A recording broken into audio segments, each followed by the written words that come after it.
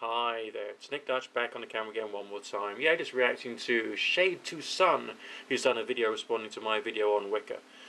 Yeah, I think you're right. I think people do sort of like need to have some kind of like connection to things which appear spiritual, or that feeling of being in touch with something that's normal and natural. That's an important bit of poetry which a lot of people miss out upon, and that's probably why a lot of poetry and poetic analogies are based upon the seasons and are based upon nature and all that kind of stuff, because it just reminds us that we're part of something bigger. I used to know this guy who was permanently stoned, but he used to come out with these amazing little pearls of wisdom once in a while. He would say that he loved thunderstorms. He had a supporting thunderstorm at work one day, and the sky was like being torn asunder by nature. It was intense, scary, powerful rain, and he was like sitting there inside, still a bit stoned from last night, and he was saying like, I find it very comforting to hear a thunderstorm, because it reminds me that I'm a part of this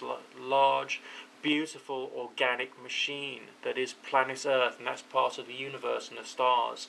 And so, my being is not limited to my body, but it reaches out through time and space. Yeah, he was very heavily stoned, but that's the kind of thing that maybe you're talking about there. But I think that there may be other dimensions going on in the whole thing. I mean, I think it's not just a question of a need for the divine. I think there's also a question of not just a need for nature either, but the need is there for community and a simplified understanding of who one can like and who one can hate. It's not just harkening back to a time when the only people you could hate would be the tribe over the hill. They're trying to create that mentality.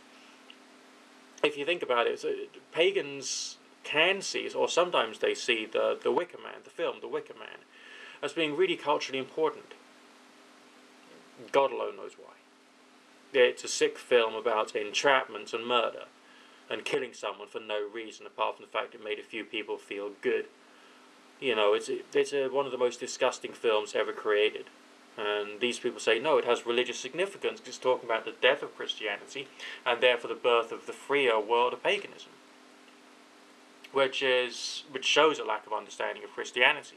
But it does show that these people who respect the film The Wicker Man in that way have probably been treated very badly and are actually reacting to having been bullied. So maybe it does have some kind of healing effect upon them, but I think it's the wrong reasons. And they're choosing another group to hate. They're choosing another tribe over the hill to hate. And in doing so, they're creating an illusion of a community which can stay together and will stay together. And what with all of like the fashion, the jewelry, and trying to celebrate May Day the way that they want to, and the rest of that, they're trying to fulfill a lot of the things which seem to exist in previous societies. I think a lot of these people look back to American Indian cultures, and they think, well, for them it was simple, it was just their tribe.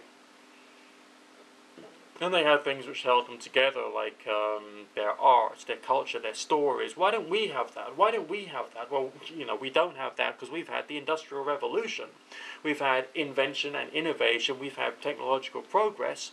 We've had an economy. We've exploited oil. We've exploited coal, and so on and so forth, which has provided us with the good things that we've got so that we're not terrified of the seasons.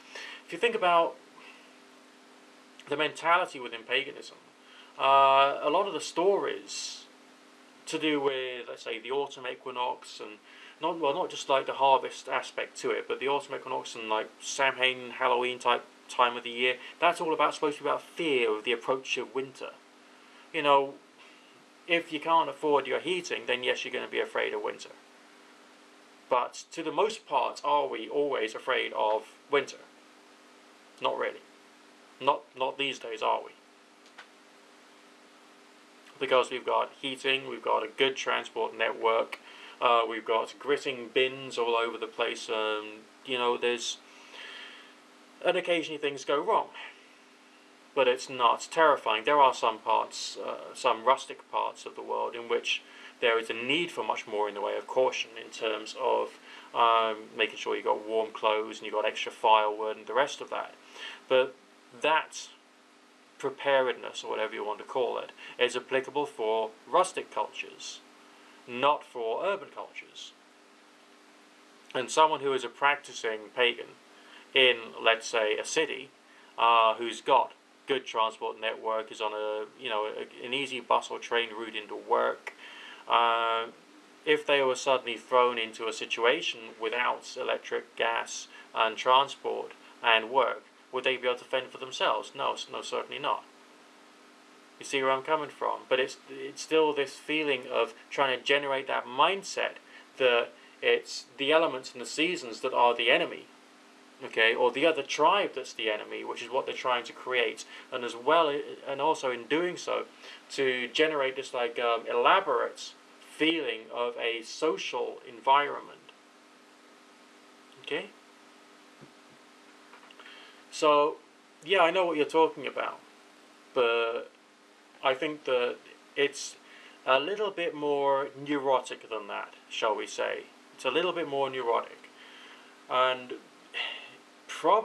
possibly, rather than probably, one of the reasons why there has been a misrepresentation of occultism is to give them another story.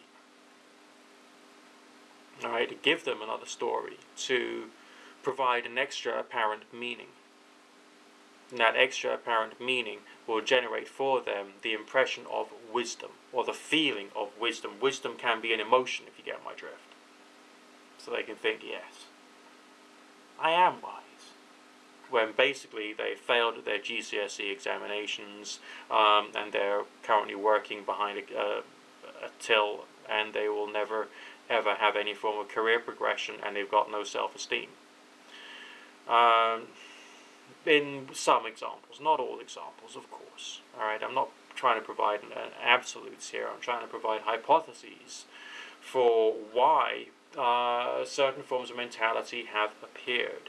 And I don't think it's just a question of needing that moment of solitude when you're out in the woods, just looking up at the stars and the trees and hearing the bird song, because you can't be there too long anyway. Even if you were going out into the woods just to have that moment of solitude, you'd have to go back to normal life immediately afterwards.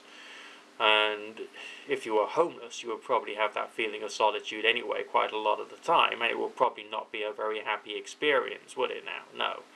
So just that feeling of solitude by itself isn't the full thing. Just the spiritual dimension, or needing to connect with a higher power concept, that can be done in other ways. Alright? The need to connect with nature, that can be done in other ways. But there's other emotional needs going on there, one of which is responding to being hurt. One of which is the need to simplify the understanding of who they are in relation to who they should be hating, or what they should be afraid of, or what they should be hating. Okay? I don't think this mentality is exclusive to Wicca. I think that there's aspects of it in a lot of neo-paganism. And that's sad. But it's not, it's not the, how shall I put this? It's not the full thing. There are people who associate themselves with pagan deities, or feel that they've got some connection to pagan deities, but they don't necessarily take it too seriously, I think is the phrase I'm looking for. They just do their religious stuff, that's it, that's over and done with, now let's get on with dealing with society. And they keep their faith to themselves.